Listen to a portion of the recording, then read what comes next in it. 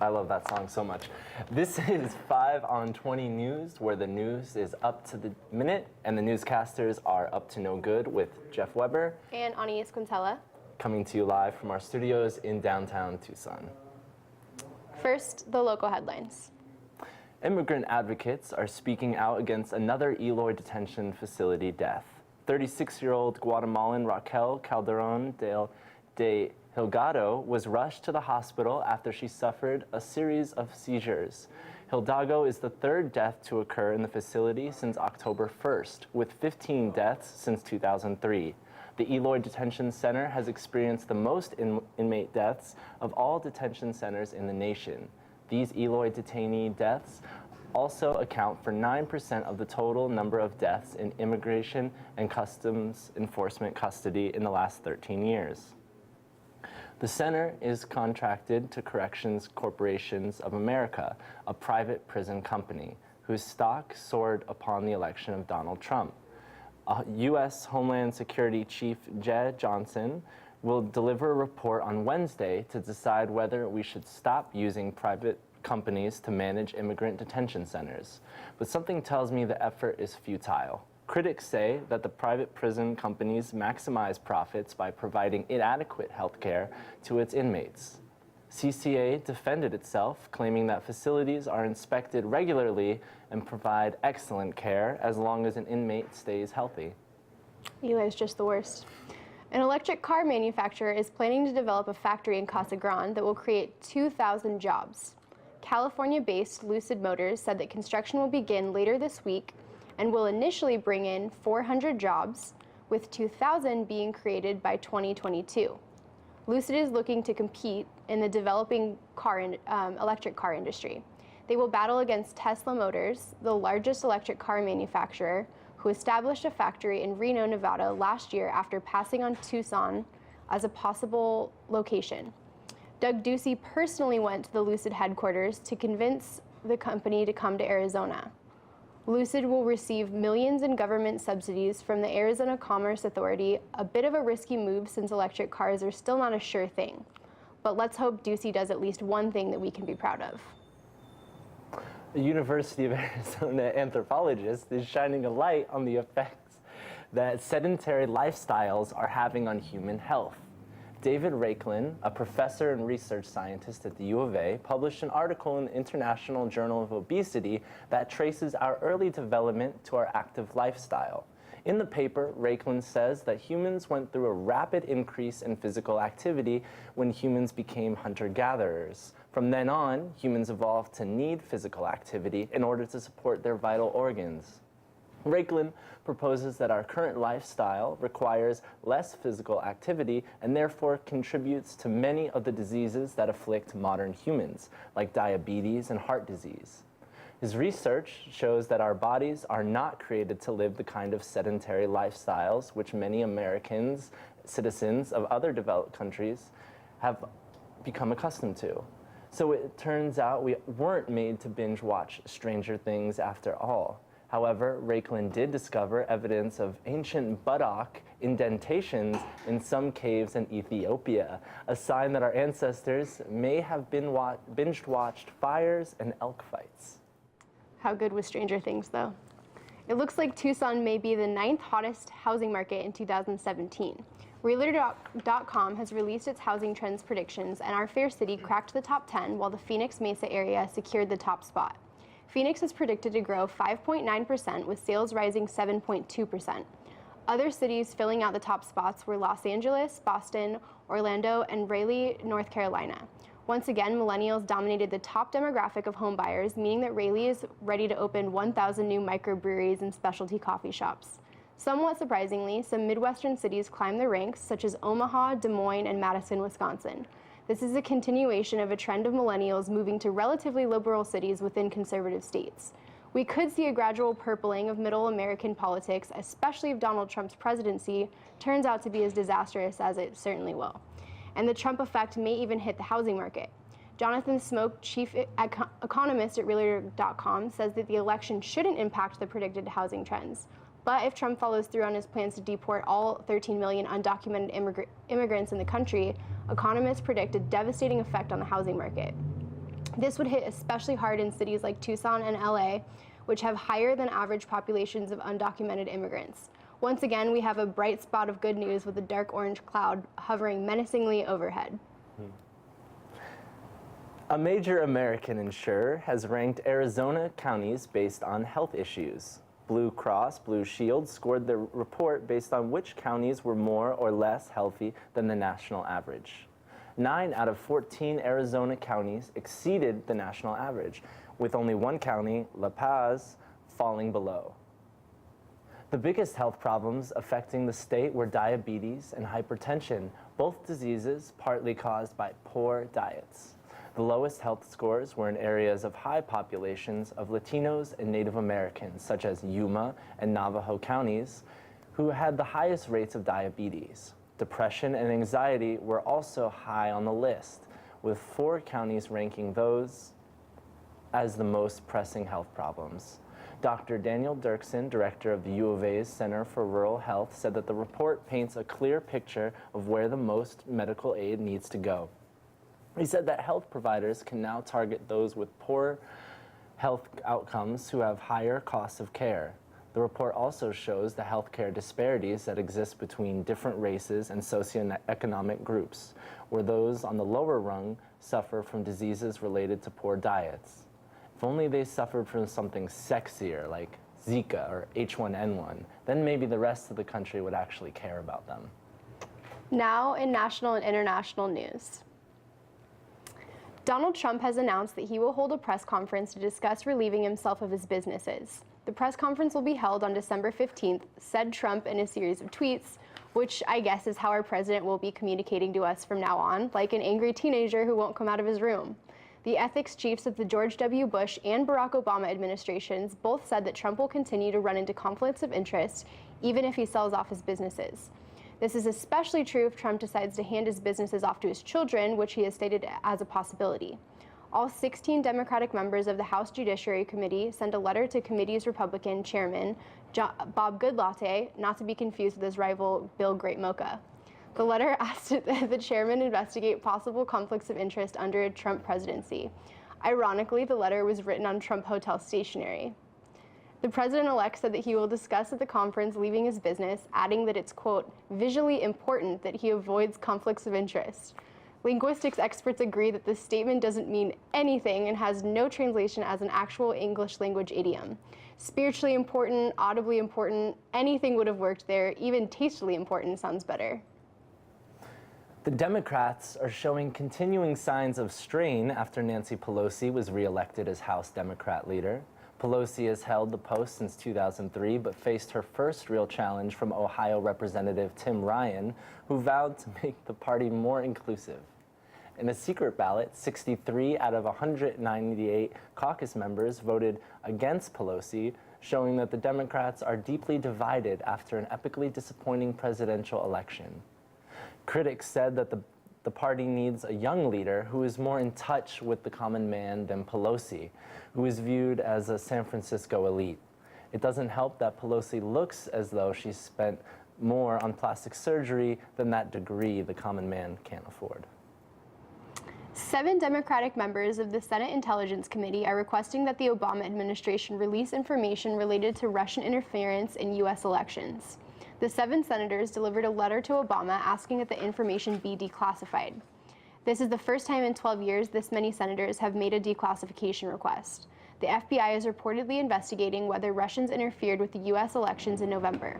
President-elect Donald Trump has shown signs of warm relations with Russian President Vladimir Putin, but has denied having previous relations with Putin despite doing business in Russia. Trump made an odd gaffe on the political trail when he accidentally began a rally by greeting the crowd with "Privyet" instead of "hello." As I speak, Ronald McDonald is weeping. The creator of the Big Mac has passed away at 98, proving that he never actually tried his own creation. Michael Jim Delegati was one of the first McDonald's franchisees owners and went on to operate 47 different locations, making him one of the largest franchisee holders in the company's history. Delegati invented the sandwich in 1967 at one of his Pennsylvania locations when he made the brilliant discovery that Americans want absolutely everything to be bigger. He slapped an extra patty on the bun, threw some pickles on top, and slathered it with some special sauce, and just like that, heart disease in a wrapper was born. Initially, McDonald's didn't want Delgatti to sell his signature sandwich, but eventually relented when Delgatti offered his firstborn son to Grimace as tribute. Delgatti was buried in Pennsylvania on top of 2 all-beef patties, special sauce, lettuce, pickles, and onions in between a sesame seed bun. A leprechaun is loose in New York, and he is wearing Vans and a jacket vest. New York police released a video of a man stealing a bucket of gold from an armored van. The video shows the man casually passing by as the bucket of gold worth $1.6 million sat unguarded at the back of a truck.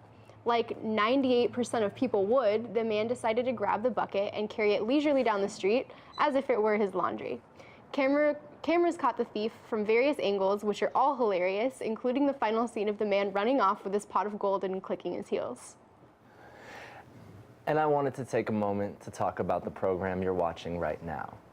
Here at 5 on 20, we are undertaking a new kind of citizen journalism.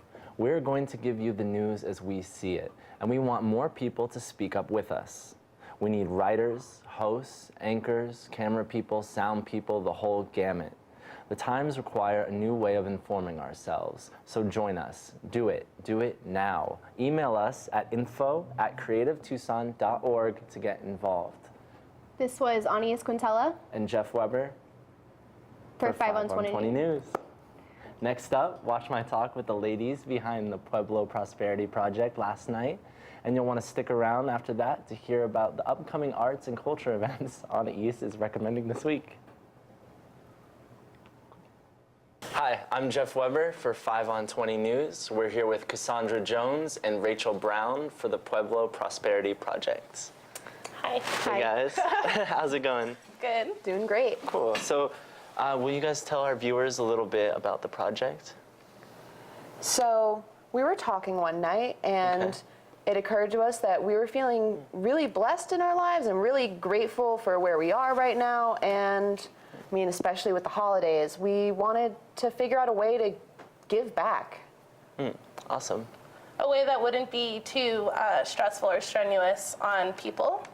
And I work at a local bar here, Sky Bar, and we decided to send the owner a proposition or a proposal, anyway. And he basically agreed to donate 10% of sales to the Borgen Project, which we'll talk about later. And then also, if people bring in 5 cans of food, they'll receive a $1 voucher ticket for any drink in the bar. Oh, cool. Okay. What's the community response been so far? Oh, it's been Really really good. great. Yeah, a lot of people have been really enthusiastic when they've heard about it. You know, we're starting to get it public now. It's good feedback so far. So why do you guys think that fighting poverty and hunger is so important? Because it's a basic necessity. I mean, just first of all, it's the moral thing to do, but there are other implications as well. I mean, just improving the society you're in makes your own life better as well. I mean, poverty touches a lot of different aspects of the economy than just what you feel every day. It's something on a much bigger global scale, on a community scale, on the smaller side. It's really important for everyone to know what stability is like. Yeah, I wanted to ask you guys what you think about like fighting poverty locally versus hunger and poverty globally. Well, I think that we have the opportunity, especially in Tucson, to get and be more involved than we realize. I think we have a lot of really good programs that offer assistance or help, and the Southern Arizona Community Food Bank not only collects non-perishable items, but they also teach gardening workshops in the desert. Cool. I just think they're a really cool nonprofit. They feed 63,000 people a day. They're trying to feed more. Wow, that's awesome. Yeah. Cool. and for the side of, you know, global hunger, the nonprofit we're working with, the Borgen Project, they focus on helping people in developing countries living off of less than $1 a day. Now, these people already have to deal with things like water availability being an issue, or political instability, along with a lot of the time food scarcity. So helping people with food scarcity helps them establish a baseline by which they can start elevating and work towards economic stability, political stability, et cetera. Awesome. Basic necessity. Yeah. Well, thank you guys for doing this. One more time for our viewers, you want to tell them when and where and how they can get involved? There are 3 events. Yes. 3. It's going to be at Sky Bar on 4th Avenue. The first event is on Sunday the 4th. The second is on Tuesday the 13th. And the last one is on Monday, December 18th. Sunday, December 18th. Sunday, December 18th. And we have full lineups of bands who have been willing to donate their time. So basically, All 3 nights have live music. yeah. There's going to be raffles with prizes, but some of the bands, we got some great acts lined up. We have Adara Ray and the Homewreckers on the 18th. That's going to be really fun. Also, local legislators, Oh yeah, we're going to have some guest speakers on the 18th. the final event. And they're all starting at 7 p.m., Starting at 7 p.m. kind of open-endedly. Cool. Yeah. Awesome. Well, thank you guys. Thank you. Yeah, this is Jeff Weber with 5 on 20 News talking with Cassandra Jones and Rachel Brown with the Pueblo Prosperity Project. Thank you guys. Thank you. Thank you. Absolutely. I'm your host, Anies Contella. And as per usual, our great city is bustling with creative happenings. The first thing I'd like to bring to the art table is going down right here in the Old Pueblo tonight. Sue George will be performing The Life Aquatic, a tribute to David Bowie.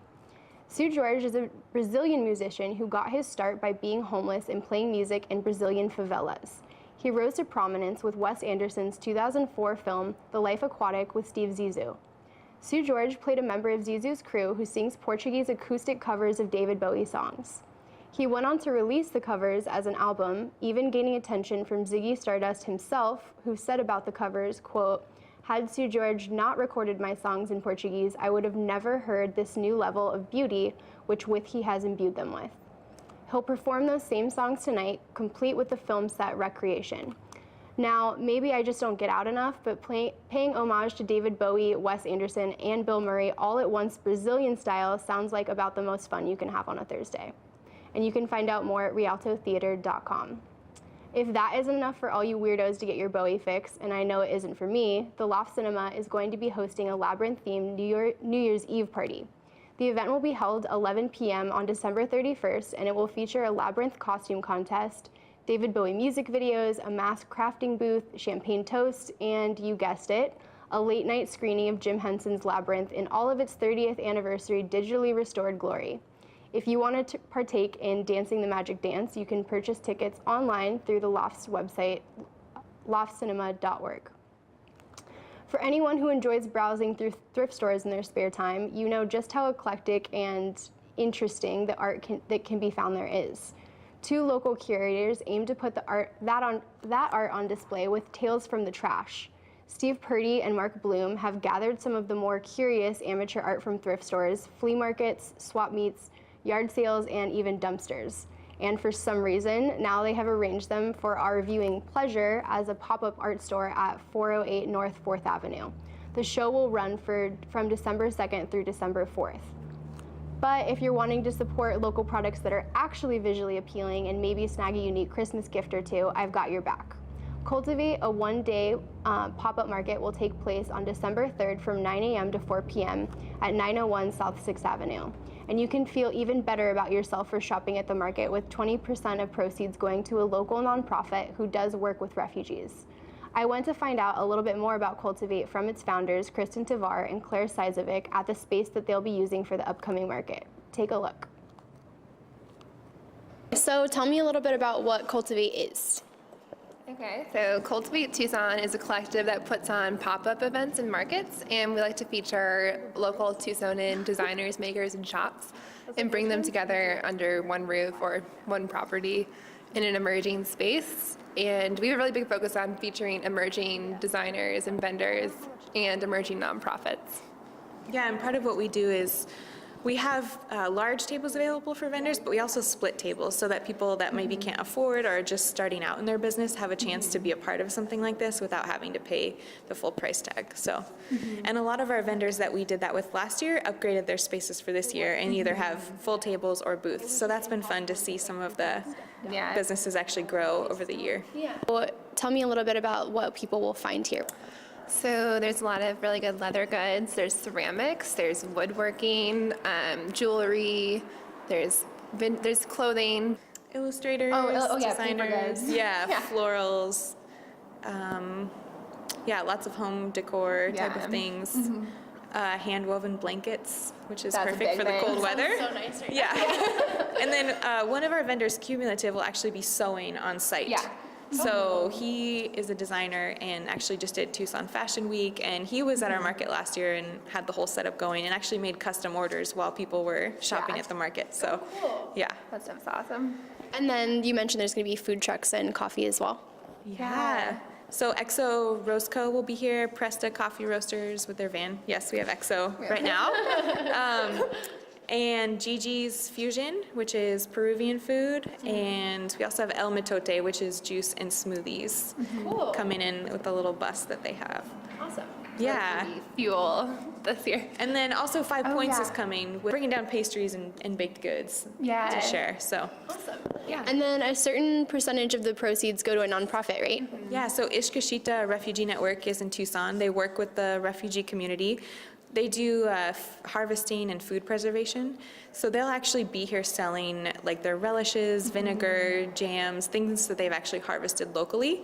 And then 20% of sales from the market go to a local nonprofit. Our vendors get to choose, but obviously we encourage them to donate to our featured nonprofit each year.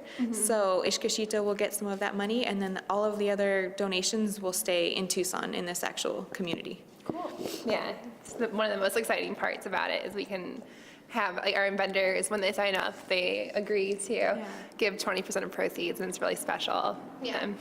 And we've actually seen a lot of collaborations happen between vendors. Last year at the market, there was some great stuff that happened. So we want to see, obviously, our vendors sell a lot while they're here, but also they make really great connections in the community. Yes, exactly. And that is something that you can't necessarily put a price tag on, but is just such a big part of the market. So again, like the fun part is we create the space, and then we actually watch things be cultivated while they're here and after. And like, we just love to see what kind of pops up as a result of just this one day that we're doing this, so. Again, you can catch that market on Saturday, December 3rd at 901 South 6th Avenue starting at 9 a.m. This has been Anias Quintella with Tucson Art Talk for 5 on 20 News. Thanks for watching and have a happy Thursday, Tucson.